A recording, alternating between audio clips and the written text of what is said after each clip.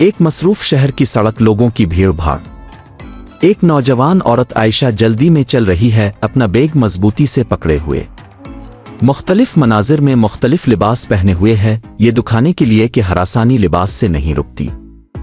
आयशा आरामदेह जीन्स और T shirt में चल रही है, खुद एतमादी से भरी हुई। जब वो एक ग्रुप के पास से गुजरती है तो कुछ मर्द हंसने लगते हैं और इस पर नजरें जमा लेते हैं।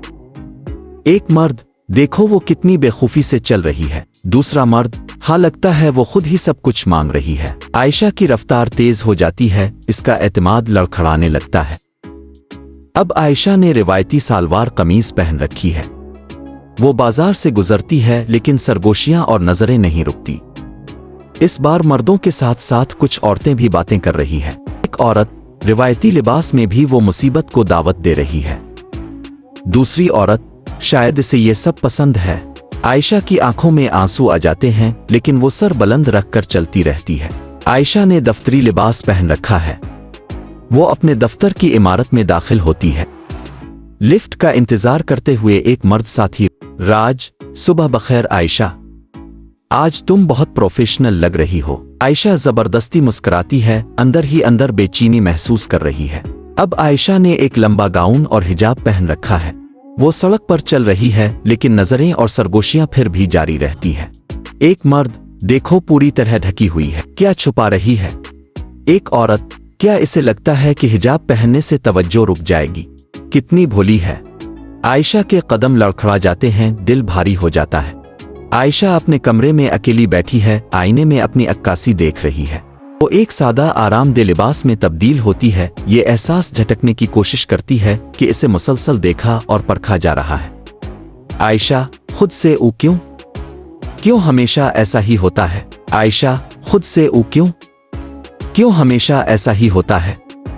मैं जो भी पहनती हूँ, जहां भी जाती हूँ, उनकी नजरें, उनकी सरगोशियां, उनकी परख कभी नहीं रुकती। इसकी माँ कमरे में दाखिल होती है अपनी बेटी की परेशानी देखकर। माँ, आयशा क्या हुआ। आयशा आंखों में आंसू लिए, ई अम्मा, वो हमेशा मुझे क्यों परखते हैं। वो क्यों मुझे ऐसा महसूस करवाते हैं जैसे मैं गलत हूं सिर्फ अपने वजूद की वजह से। माँ, इसका हाथ थाम कर, ये तुम्हारी गलती नहीं है प्यारी, ये उनका नजरिया है जो उन्हें सिखाया गया है। माँ कुछ नौजवान माँओं के साथ बैठकर अपने ख्यालात का इजहार कर रही है। माँ, हमारी जिम्मेदारी है, हमें अपने बेटों को सिखाना है कि औरतों की इज्जत कैसे की जाए। माँ, हमारा फर्ज है अपने बेटों को ख्वातीन का एहतराम करना सिखाना, जाहिरी शक्ल से आगे देखना। ये हमसे शुरू होता है। हमें बचपन से इनमें हमदर्दी और समझ पैदा करनी होगी। एक नौजवान माँ सर हिलाती है, गहराई से मुतासिर। नौजवान माँ, अब ठीक कह रही है, हमारा फर्ज है कि उन्हें सही अक़दार के साथ परवरिश दें। दोबारा सड़क पर आयशा एक छोटे लड़के से मिलती है जो इसको देख रहा है। इसकी माँ नरमी से इसे खींचती है और नरमी से बात करती है। लड़के की माँ, उघूरना शाइस्ता नहीं है जान, हर कोई इज्जत का मुस्तहिक है। याद है हमने किस बारे में बात की। लड़का आयशा की तरफ देखता है और फिर धीरे से सर हिलाते हुए अपनी माँ की तरफ देखता है। लड़का, ओ मैं मुआफी चाहता हूं मैडम। आयशा लड़के की आंखों में उम्मीद की किरण देखकर नरमी से मुस्कुरा दी। आयशा खुद से तब्दीली छोटी चीजों से शुरू होती है। एक वक्त में एक दिल, जब वो सड़क पर चलती है तो बारिश शुरू हो जाती है। वो आसमान की तरफ देखती है, बारिश को अपने आंसुओं को धोने देती है। हरासा करना किसी सरहद को नहीं जानता, ना ही लिबास को। ये एक साया है जो हमारी पैरवी करता है, खामोशी और जहालत से परवरिश पाता है। लेकिन मिलकर हम रोशनी डाल सकते हैं, खामोशी को तोड़ सकते हैं और अपनी अजमत को दोबारा हासिल कर सकते हैं। तब्दीली घर से शुरू होती है। औरतों पर मर्दों की बुरी नजरें और हरासा करना इस मुआशरे की तल्ख हकीकत है।